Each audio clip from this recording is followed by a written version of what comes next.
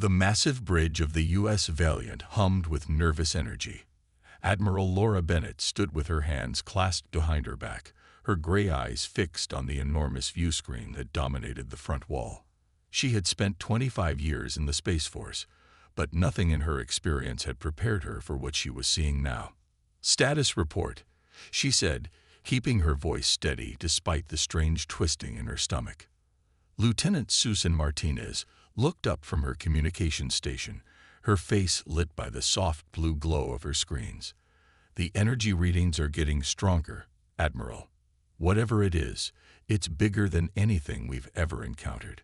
The object that had appeared near Jupiter's orbit just 6 hours ago defied all known laws of physics. It started as a pinpoint of light, but had grown into a massive crystalline structure that sparkled like a diamond caught in sunlight.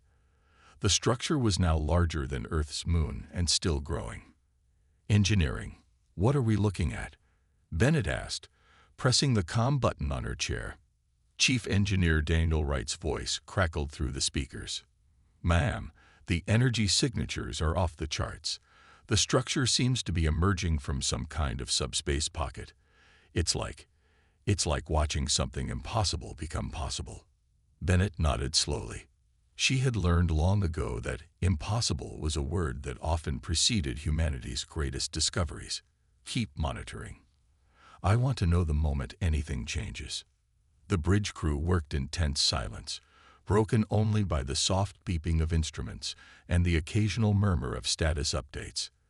Dr. Amanda Cole, the ship's xenorchaeologist, stood next to Bennett, her tablet computer clutched tightly in her hands. "Admiral," Cole said quietly, "these readings, they match some ancient artifacts we found in the Mariana Trench last year, the ones that dated back to the Precambrian era." Before Bennett could respond, the massive crystal structure pulsed with brilliant white light. The ship's sensors screamed in protest as energy readings spiked across all frequencies. "Multiple objects emerging from the structure," called out the sensor officer. "Count is 15. No 20 crystalline vessels, each approximately 2 kilometers in length." Bennett's training kicked in. Defensive positions. Shields up, but weapons offline. "We're not here to start a fight." The crystal ships moved with impossible grace, their faceted surfaces catching and reflecting Jupiter's distant light. They arranged themselves in a perfect geometric pattern around the Valiant, like jewels in a cosmic crown. "Admiral," Martinez called out, her voice tight with tension, "we're receiving a transmission. It's being broadcast on all frequencies, in all known human languages simultaneously." "Put it through." The bridge speakers crackled to life, and a voice unlike anything human filled the air. It was like listening to wind chimes in a hurricane, musical and terrifying all at once. "We are the Eternals," the voice announced. "We have watched your kind crawl from the oceans. We have seen you learn to walk, to speak, to think. We were ancient when your ancestors were single-celled organisms clinging to thermal vents in primordial seas." Bennett stepped forward. "This is Admiral Laura Bennett of the United Earth Space Force vessel Valiant. We welcome peaceful contact with your species." There was a pause, and the crystalline ships pulsed with soft light in perfect synchronization. "Peace. You speak of peace while your vessel carries weapons capable of destroying worlds. Your kind always follows the same pattern. You discover space travel, you build weapons, you spread like a virus across the cosmos. We carry weapons for defense," Bennett replied carefully. "Our primary mission is exploration and scientific discovery." A sound like breaking glass filled the bridge, and several crew members covered their ears. It took Bennett a moment to realize it was laughter. "Your species is young," the voice said. "You understand nothing of the true nature of space, time, or existence itself. We have watched 1,000,000 species rise and fall. We have guided some, eliminated others. Now we must decide what to do with humanity." Dr. Cole stepped forward suddenly. "The artifacts in the Mariana Trench," she said loudly. "They were yours, weren't they? You've been here before." The crystalline ships pulsed brighter, The archaeologist speaks truth. We visited your world when it was young. We left markers, warnings to any species that might one day achieve spaceflight. Yet you ignored them. We didn't ignore them, Cole argued. We're still trying to understand them. The symbols, the energy signatures, we've been studying them for decades. Understanding. The voice seemed amused. Your species barely understands the basics of quantum mechanics. You are children playing with forces beyond your comprehension. Bennett had heard enough. She straightened her uniform and spoke clearly. We may be young, but we have a right to explore our universe, to learn and grow. If you've watched us for so long, you know that humanity has overcome every obstacle in its path. We've survived ice ages, plagues, wars, and our own near destruction. We've united our planet and reached for the stars not just because we can, but because we must. The crystalline ships moved closer, their surfaces rippling like water. Brave words from an infant species. But bravery without wisdom is merely foolishness. We must determine if humanity is ready for the knowledge we possess, or if you must be restricted for the good of the galaxy. The threat in those words was clear. Bennett felt the weight of responsibility settle on her shoulders. She wasn't just commanding a ship anymore. She was representing all of humanity in what could be their most important first contact. We're ready to prove ourselves, Bennett said firmly. Whatever tests you have in mind, we'll face them. Humanity has never backed down from a challenge. The crystalline ships began to spin slowly, creating a dazzling display of reflected light. Very well, Admiral Laura Bennett. You shall have your chance to prove humanity's worth. But know this, failure means more than just your own death. The fate of your entire species hangs in the balance. The massive crystal structure pulsed one final time, and all the smaller ships merged back into it like droplets of water returning to a pond. The structure itself began to shrink, eventually stabilizing at roughly the size of a small moon. You have 48 of your Earth hours, the voice announced. Use them wisely. When we return, we will begin our evaluation of humanity's right to exist among the stars. As the voice faded, Bennett turned to her crew. Every face on the bridge showed a mixture of fear and determination. They all understood what was at stake. Dr. Cole, Bennett said, I want everything you have on those artifacts. Lieutenant Martinez, analyze every bit of data we recorded from their transmission. Engineer Wright, study those energy readings. We need to understand what we're dealing with. As her crew jumped into action, Bennett looked back at the crystalline structure floating serenely against the backdrop of Jupiter. In 48 hours, humanity would face its greatest test. They needed to be ready. She touched the ship's intercom. All hands, this is the Admiral speaking. What we've just encountered may be the most advanced species humanity has ever met. They think we're children, unworthy of the stars. In 48 hours, we're going to prove them wrong. Every department, every person on this ship needs to give everything they've got. The future of humanity depends on it.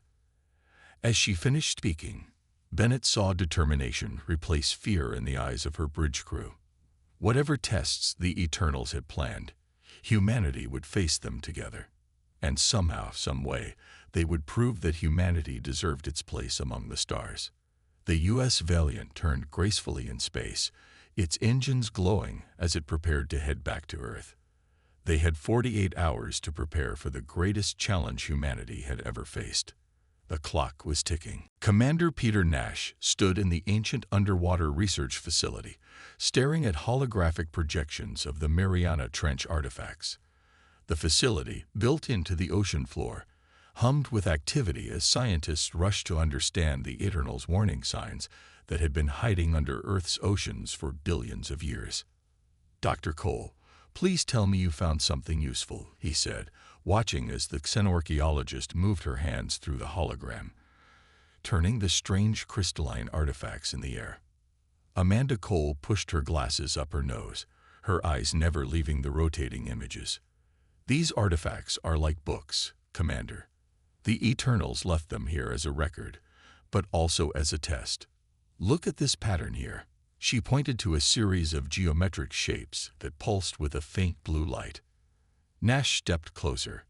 After the U.S. Valiant's encounter with the Eternals 24 hours ago, every research facility on Earth had been working nonstop. They had exactly 24 hours left before the Eternals returned for their evaluation. "What am I looking at?" he asked. "It's a warning, but also instructions," Cole explained, her voice growing excited. The Eternals didn't just leave these artifacts to mark their territory. They left them to see if we could understand them. Each crystal formation is actually a complex mathematical equation. Before she could continue, Nash's communicator buzzed. "Commander Nash," Admiral Bennett's voice came through clearly. "The Eternals are broadcasting again. Get to the command center immediately." Nash and Cole rushed through the underwater facility's corridors, their footsteps echoing on the metal floors. They reached the command center just as the transmission began, the room's main screen filled with swirling crystalline patterns. "Humanity," the musical voice of the Eternals rang out. "Your time grows short. We have observed your frantic attempts to understand our warnings. Your efforts are amusing." Admiral Bennett, appearing on a separate screen from the Valiant, spoke up. "We're making progress in understanding your artifacts. We just need more time." Time. The Eternal's voice held that same glass-breaking laugh they had heard before. "You speak of time as if you understand it. Your entire civilization has existed for less than a single breath in the cosmic scale. You are not ready." Nash stepped forward. "Ready for what? What exactly are you testing us for?" The crystalline patterns on the screen shifted, forming complex geometric shapes. At last, someone asks the right question. "We are the guardians of powers you cannot comprehend. Technologies that could reshape galaxies. Knowledge that could unmake reality itself. Before we destroyed your civilization, we wanted to see if there was any hope you might one day be worthy of such knowledge." The room fell silent. Dr. Cole's hands flew across her tablet, recording everything. "The artifacts," she said suddenly. "They're not just warnings. They're keys, aren't they?" The patterns shifted again. The archaeologist shows promise. "Yes, what you call artifacts are keys. Keys to understanding the fundamental forces of the universe. We left them on thousands of worlds. Most species never find them. Some find them but cannot comprehend them. A very few." The voice paused. "A very few prove themselves worthy." "And if we're not worthy?" Nash asked, although he feared he knew the answer.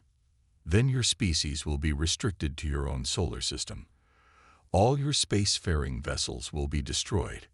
You will be contained until you either destroy yourselves or evolve into something worthy of the stars." Admiral Bennett's image leaned forward. "You have no right to make that decision for us." "We have every right," the Eternals responded. "We were ancient when your world was young. We have seen civilizations like yours destroy entire galaxies in their ignorance. The powers we guard are not meant for children playing with matches." Dr. Cole had been quiet, studying her readings. "Commander," she whispered to Nash, "look at these energy patterns. They're similar to what we recorded from their ships. But there's something else, something familiar." Nash looked at the data scrolling across her tablet. His eyes widened as he recognized a pattern. "That's impossible," he muttered. The Eternal's voice cut through their whispered conversation. "You have 23 hours remaining. When we return, you will face our test. Should you fail, humanity's dreams of exploring the stars will end." The transmission cut off, leaving the room in tense silence. "Dr. Cole," Nash said immediately, "what did you find?" Cole's fingers flew across her tablet. The energy patterns in the artifacts matched the Eternal ships, yes, but they also matched something else. Bacterial bioluminescence patterns from Earth's deep-sea vents. "What are you saying?" "I'm saying that when the Eternals visited Earth billions of years ago, they encountered something they didn't expect. Earth's primitive bacterial life. The artifacts don't just contain their warning message. They contain a record of that encounter. Admiral Bennett's image spoke up. How does this help us? Because Cole said, her eyes shining with excitement, the artifacts show that the Eternals were affected by the bacteria's natural bioluminescent pulses. Their crystalline structure resonated with it in unexpected ways. They didn't leave just because they wanted to wait for us to evolve. They left because something about Earth's primitive life made them uncomfortable. Nash felt a spark of hope. Can we use this? Maybe, Cole said. But we need more data. Commander, I need access to the deep sea research labs. And I need Engineer Wright from the Valiant to help me understand these energy patterns. Admiral Bennett nodded. You'll have whatever you need. But remember, we're not just looking for a weapon against them. We need to prove we're worthy of the knowledge they guard. Understanding them is the first step to proving our worth, Cole argued. They think we're children, but children grow up by learning, by understanding the world around them. Maybe that's the real test, not just finding their artifacts, but truly understanding what they mean. Nash looked at the time display on the wall. 23 hours left to save humanity's future among the stars. Dr. Cole, you have 12 hours to find something useful in those artifacts. After that, we need to prepare for whatever tests they have planned. As the command center burst into action, Nash couldn't help but wonder if they were playing right into the Eternals' hands. Were they proving their worth, or just showing how primitive they really were? Only time would tell. And time was the one thing they didn't have enough of. Chief Engineer Daniel Wright's hands moved quickly over the quantum resonance scanner. He stood in the deep sea research lab, surrounded by glowing tanks of bioluminescent bacteria. The clock on the wall showed 15 hours until the Eternals returned. The bacterial light patterns are perfect, he said, watching the numbers scroll across his screen. Look at how they pulse. It's almost exactly like the energy signature from the Eternal ships. Dr. Amanda Cole nodded, her eyes fixed on the ancient artifacts floating in their containment fields. But why? Why would beings as advanced as the Eternals share any patterns with Earth's primitive bacteria? Because nothing in the universe is truly unique, Wright said, moving to another console. Everything follows patterns. Even the most advanced technology has to work within the laws of physics. Lieutenant Susan Martinez walked into the lab, carrying fresh data from the Valiant sensors. You two need to see this, she said, placing her tablet on the workstation. I've been analyzing the Eternals' communication patterns. There's something strange about them. Wright and Cole gathered around the tablet. On the screen, complex waveforms danced and intersected. At first, I thought their language was completely alien, Martinez explained. But look at this. She touched the screen, and the waveforms separated into distinct patterns. Their communications follow precise mathematical sequences, almost too precise. Wright's eyes widened. You're saying their technology is predictable? Exactly, Martinez said. For beings that claim to be so advanced, their communication methods are surprisingly rigid. They don't adapt or change. It's like they're stuck in patterns they created millions of years ago. Cole grabbed her own tablet and pulled up images of the artifacts. That matches what we're seeing in their warning markers. The same patterns, repeated over and over, unchanged for billions of years. But how does this help us? Wright asked, running his hand through his hair in frustration. Before anyone could answer, Commander Nash burst into the lab. We've got movement, he announced. The Eternal structure is pulsing again. Energy readings are off the charts. Everyone rushed to the lab's main screen. The massive crystalline structure near Jupiter was glowing with intense light, its surface rippling like water. They're early, Martine said, checking the time. We still have 14 hours left. Nash shook his head. Apparently, they decided to change the schedule. Admiral Bennett is ordering all ships to battle stations. Wright looked at the bacterial tanks, then at his quantum resonance readings. Suddenly, his eyes lit up. Wait, he said. What if that's their weakness? "What do you mean?" Nash asked. "They're unchanging," Wright explained, moving quickly between consoles. "Their patterns are fixed, permanent. But life, real life, is always changing, adapting. Those bacteria in the tanks, they're constantly evolving, their light patterns shifting in response to their environment." Cole caught on quickly, and when they encountered Earth's bacteria billions of years ago, they couldn't predict or control those changing patterns. Martinez was already working on her tablet. If we could broadcast energy signatures that mimic those bacterial patterns, but make them randomly change, we might be able to disrupt their crystalline structure, Wright finished. Their very predictability could be their weakness. Nash looked skeptical. "You think we can fight beings that have existed for millions of years using bacteria?" "Not just any bacteria," Cole said excitedly. "Earth's bacteria. The same type that made them uncomfortable enough to leave Earth billions of years ago. They're so advanced, so perfect, that they can't handle the chaos of natural life." The lab's communication system crackled to life with Admiral Bennett's voice. "All stations, this is not a drill. The Eternals are launching smaller vessels. They appear to be heading toward Earth's defense platforms." Nash straightened up. "How long would it take to modify our ship's weapons with these bacterial patterns?" Wright did some quick calculations on his tablet. "The basic modifications. Maybe 2 hours. But we'd need to test them. We could end up destroying our own weapons if we get it wrong." "We don't have time for testing," Nash said. "The Eternals are coming now. Can you do it in 1 hour?" Wright looked at Martinez and Cole. They both nodded. "Yes," he said. "But it's going to be rough. We'll have to make adjustments on the fly." "Do it," Nash ordered. "I'll inform Admiral Bennett. Martinez, get back to the Valiant and start modifying the communication arrays.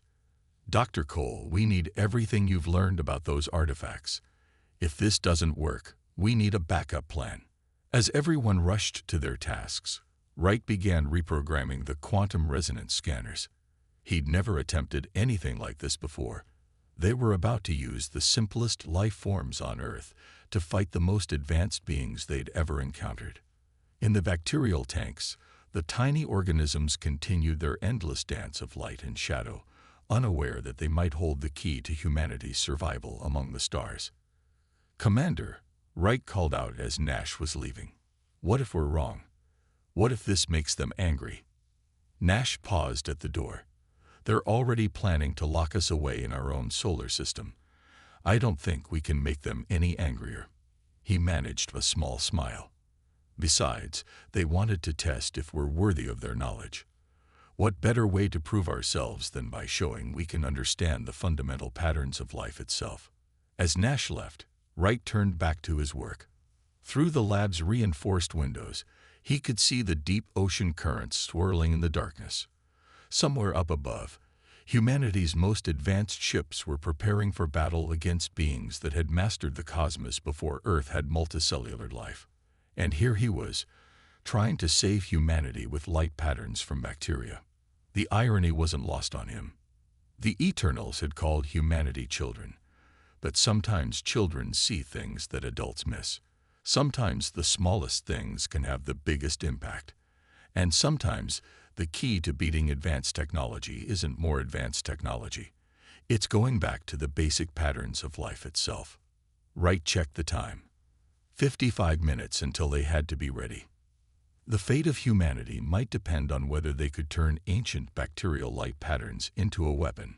But more than that, it would depend on whether they could prove to the Eternals that humanity's greatest strength wasn't in their technology or their weapons, but in their ability to learn, adapt, and see connections that even beings millions of years old had missed. The race against time had begun. Captain Andrew Reynolds stood on the bridge of the U.S. Defender, watching as Earth's defense platforms exploded one by one. The Eternals' crystal ships moved through space like deadly diamonds, their weapons turning humanity's most advanced technology into space debris. "Time until they reach our position?" he asked, keeping his voice steady for his crew's sake. 3 minutes, sir," his tactical officer reported. "The modified weapons are ready. but untested. Reynolds nodded. His ship was part of the diversionary fleet, meant to draw the Eternals' attention, while the U.S. Valiant prepared their main attack. Engineer Wright's bacterial frequency weapons have been installed on all ships, but no one knew if they would work. The ship's communication system crackled. All vessels.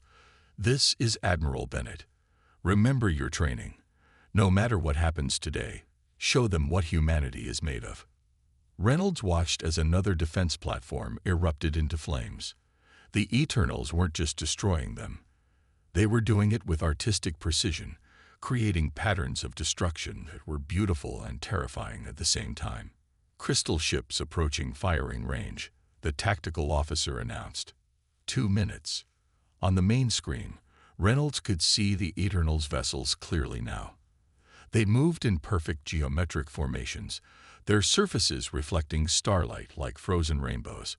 Behind them, their massive mothership hung near Jupiter, pulsing with power. Engineering, status of the bacterial frequency generators. Reynolds asked. Online but unstable, sir, came the response.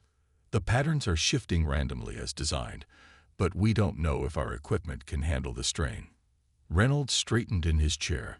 It doesn't have to handle it for long, just long enough. The first crystal ship fired, and Reynolds felt his ship shudder. Shields holding at 60%, someone reported. Return fire, Reynolds ordered. Standard weapons only. Don't reveal the bacterial frequencies yet.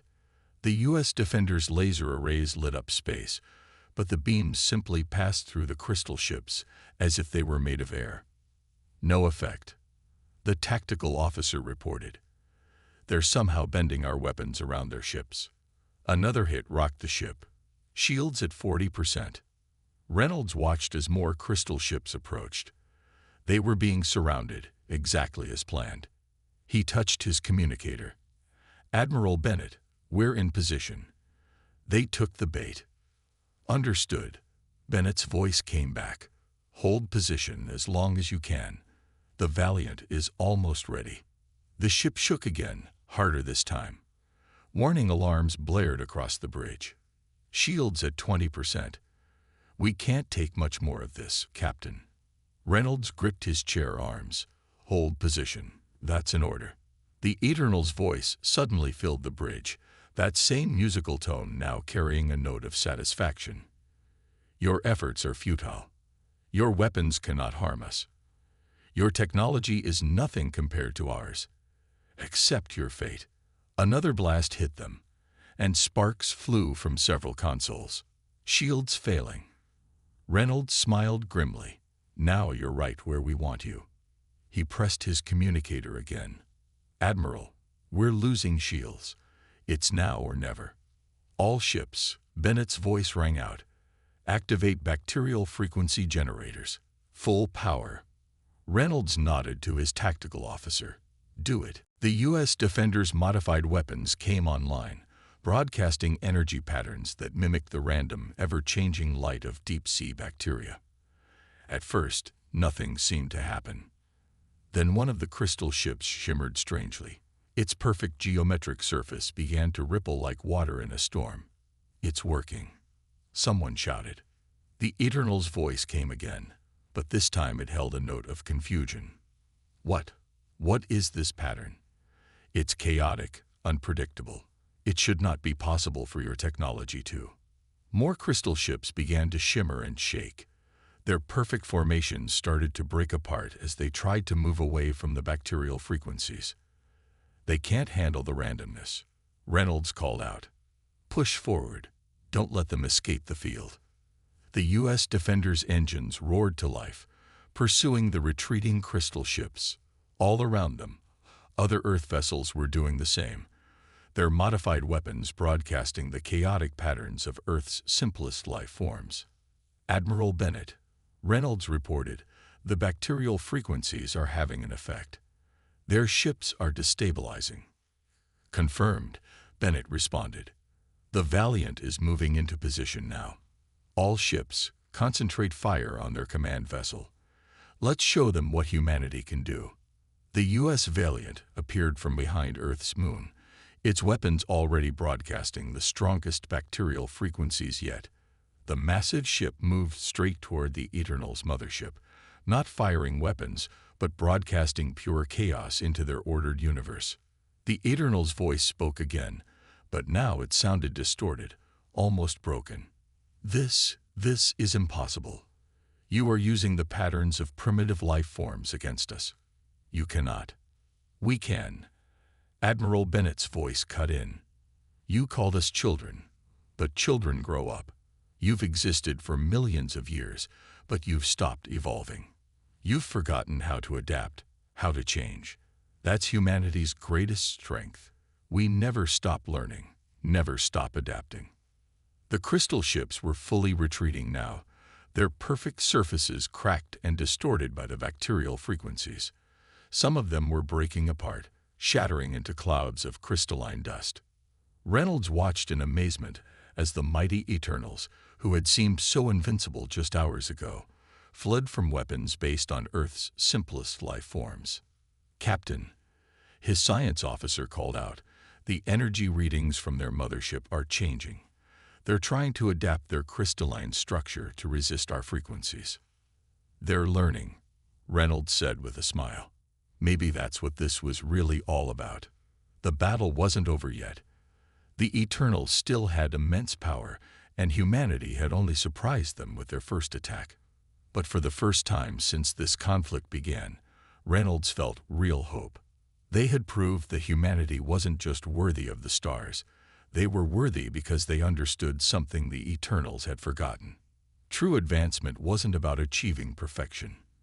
It was about maintaining the ability to change, to adapt, to see solutions in unexpected places. As his ship moved to join the Valiant's attack on the mothership, Reynolds wondered what other surprises humanity had in store for the beings who had watched Earth for so long but understood its life forms so little. The real test was just beginning. Dr. Amanda Cole's fingers flew across her keyboard as she analyzed the battle data streaming in from the fleet. The Deep Sea Research Lab had transformed into an emergency command center, its screens filled with information about the ongoing space battle. "The Eternals are adapting," she announced to Commander Nash, who stood watching the main display. "Their crystalline structure is changing to resist our bacterial frequencies." Nash frowned. "How long until our weapons become useless?" "Hours, maybe less." Cole pulled up new data streams. "But look at this. They're not just changing their structure. They're trying to copy our method. They're attempting to make their own ships more random, more chaotic." Lieutenant Martinez's voice came through the communication system. "Dr. Cole, are you seeing these new energy patterns? The Eternal's mothership is pulsing in ways we haven't seen before." "I see it," Cole replied, her eyes widening as she studied the readings. "They're learning from us, trying to match our adaptability. But there's something they don't understand." She suddenly jumped up and ran to the bacterial tanks that lined the lab walls. The tiny organisms inside were still pulsing with their natural light, creating patterns that had evolved over billions of years. "Commander," she called out, "I need to speak to Engineer Wright immediately." Wright's tired voice came through the comm system. "I'm here, Doctor. The weapons are starting to lose effectiveness. The Eternals are adapting faster than we expected." "Listen carefully," Cole said, excitement creeping into her voice. "They're trying to copy our method, but they're doing it wrong. They're trying to create controlled chaos, predictable randomness. It's like they're trying to write a program to be spontaneous." "That's impossible," Wright said. "True randomness can't be programmed. It has to emerge naturally." "Exactly." Cole moved back to her computer, pulling up images of the ancient artifacts. "Look at these warning markers they left. Even their warnings about chaos and disorder are perfectly ordered. They literally cannot understand true randomness." Nash stepped closer to her screen. "How does this help us?" "Because," Cole explained, "we need to stop trying to control the bacterial frequencies. Instead of generating patterns based on the bacteria, we need to let actual bacteria generate the patterns themselves." "You want to put living bacteria into our weapon systems?" Nash asked incredulously. Not exactly, but we can use real-time readings from these bacterial tanks to modulate our energy weapons. Complete natural randomness, impossible to predict or adapt to. Wright's voice came back, stronger now. We can modify the quantum resonance scanners to read the bacterial light patterns directly. Feed that data straight into the ship's weapon systems. Do it, Nash ordered. How long? 20 minutes, Wright replied.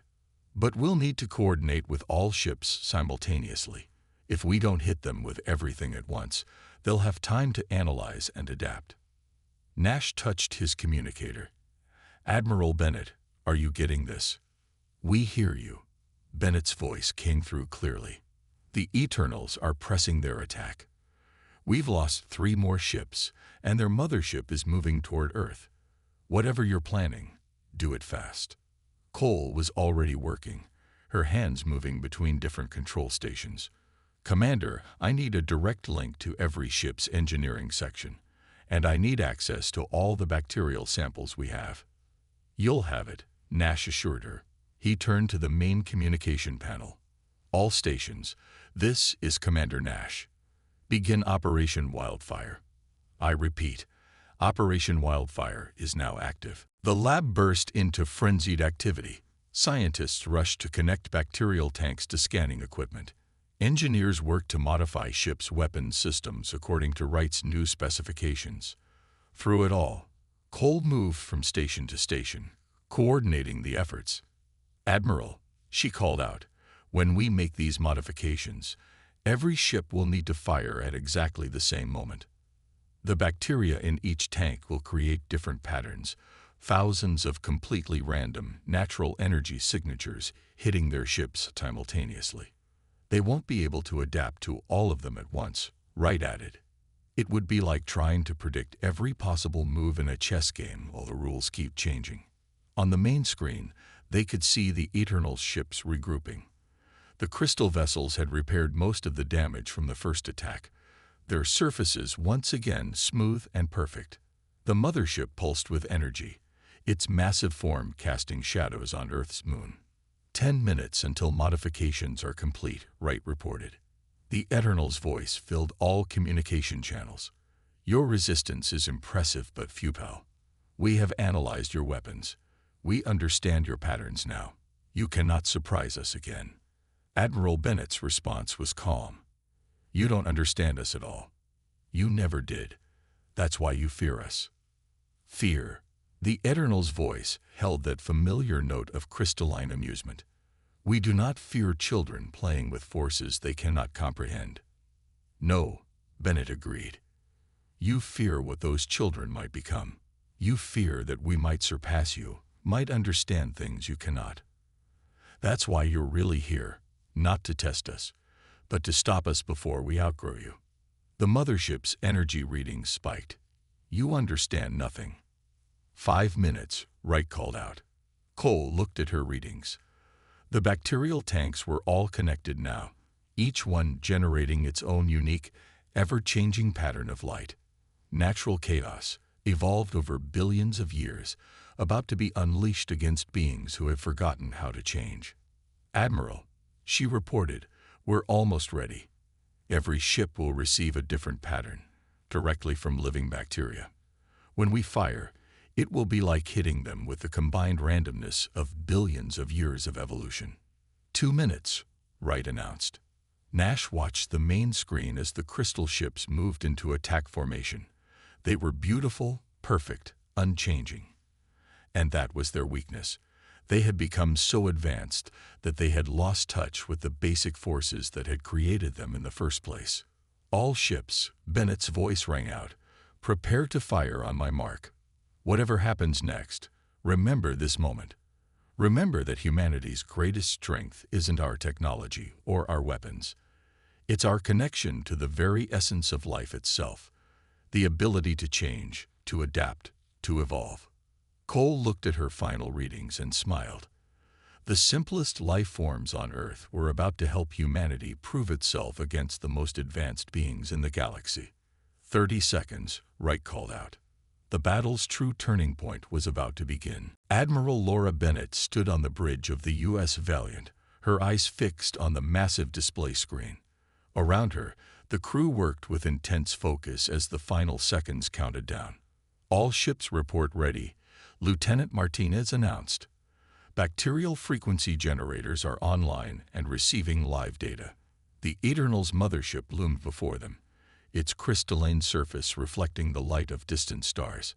Smaller crystal ships moved in perfect formation around it, their weapons charged and ready. 10 seconds, Engineer Wright's voice came through the comm system. Bennett touched the ship-wide communication panel. "Remember your training. Fire on my mark, not before." The Eternal's voice filled the bridge, as musical and confident as ever. "Your weapons are known to us now. Your strategy has failed. Accept your place in the universe." 5 seconds, Wright called out. Bennett smiled slightly.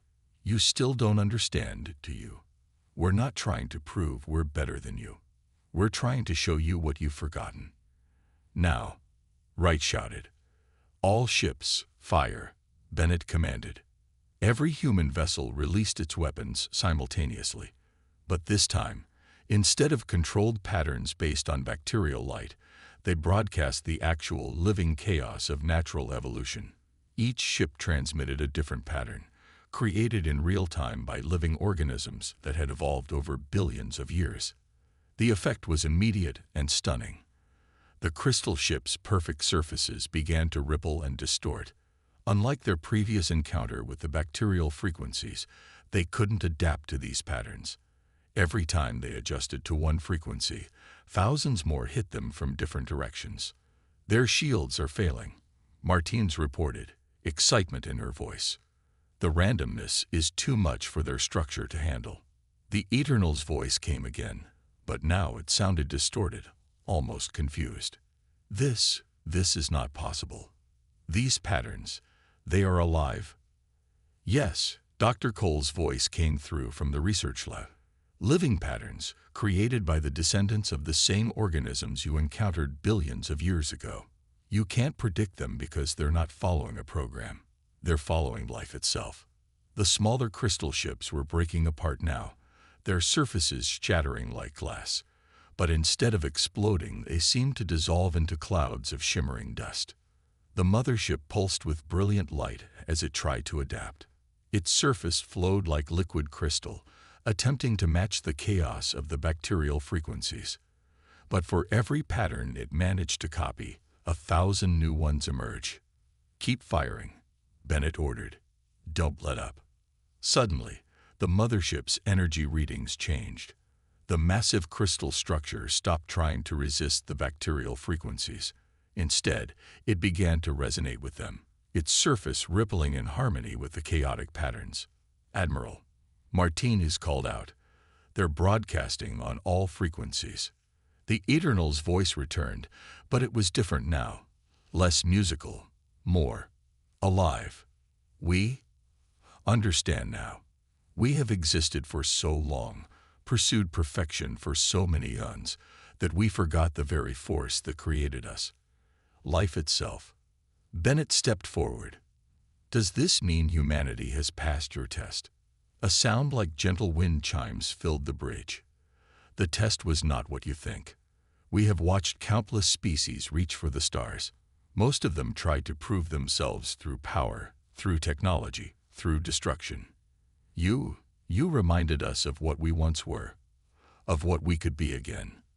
The mothership's surface continued to ripple, but now it created patterns of incredible beauty, order and chaos dancing together in perfect balance. "Your weapons," the Eternals continued, "they do not destroy us. They awaken us. Each pattern, each random pulse of light, carries within it the story of evolution, of adaptation, of life finding new ways to survive and grow." We had forgotten these stories. Dr. Cole's voice came through, full of wonder. "You're not just adapting to the patterns. You're learning from them." "Yes," the Eternals confirmed. "For millions of years, we sought to perfect ourselves, to eliminate chaos from our existence. We became like our crystalline forms, beautiful, powerful, but unchanging. We thought we were testing you, but you were teaching us. The mothership's energy readings began to decrease. All around it, the clouds of crystal dust from the shattered ships started to swirl and reform, but not into their previous rigid geometric shapes. Instead, they formed flowing, organic patterns that pulsed with inner light. Admiral Bennett, the Eternal's voice was softer now, more natural. Humanity has not just proved itself worthy of the stars. You have given us back something we lost eons ago, the understanding that true perfection lies not in unchanging order, but in the endless dance between chaos and structure. Bennett watched in amazement as the reformed crystal ships began to move in new ways, their formations flowing like schools of fish in the cosmic ocean. "What happens now?" she asked. "Now," the Eternals replied, "we learn from each other. You have your place among the stars, not because you proved your power, but because you showed us the wisdom in holding on to your connection with life's most basic forms. And we begin our own evolution again." The mothership's surface shifted one final time, forming a shape that looked almost organic, a crystal flower blooming in the void of space. "We will return," the Eternals promised, "not as judges, but as fellow travelers on the path of evolution. There is much we can teach you about the cosmos, and much you can teach us about remembering our roots." As the crystal ships prepared to depart, Bennett looked around her bridge. Every face showed the same mixture of relief, pride, and wonder. Humanity had faced its greatest test, not by becoming more powerful than their adversaries, but by remaining true to the fundamental forces that had shaped them. "Safe travels," Bennett said to the Eternals, "until we meet again." The crystal ships pulsed with light one final time, then vanished into subspace, leaving behind only scattered traces of crystalline dust that sparkled like stars. In the deep-sea research lab, Dr. Cole watched the bacterial tanks, their tiny inhabitants still pulsing with their ancient light patterns. "The simplest life forms in Earth's oceans," she mused, "just helped us win the acceptance of the most advanced beings in the galaxy." Commander Nash smiled. "Maybe that's what they were really testing. Not our technology or our power, but our ability to understand that every form of life, no matter how simple or complex, has value. And our willingness to learn from anything," Engineer Wright added through the comm system, "even bacteria." Admiral Bennett looked out at the stars through the Valiant's viewport. Humanity had proved itself worthy of joining the galactic community, not by showing how advanced they were, but by remembering what made life itself so remarkable: the endless capacity to change, adapt, and grow. The U.S. Valiant turned toward Earth, its engines glowing as it headed home. Behind it, the bacterial frequencies continued to echo through space, carrying with them a message that even beings millions of years old could learn from. True greatness lies not in achieving perfection, but in maintaining the ability to evolve.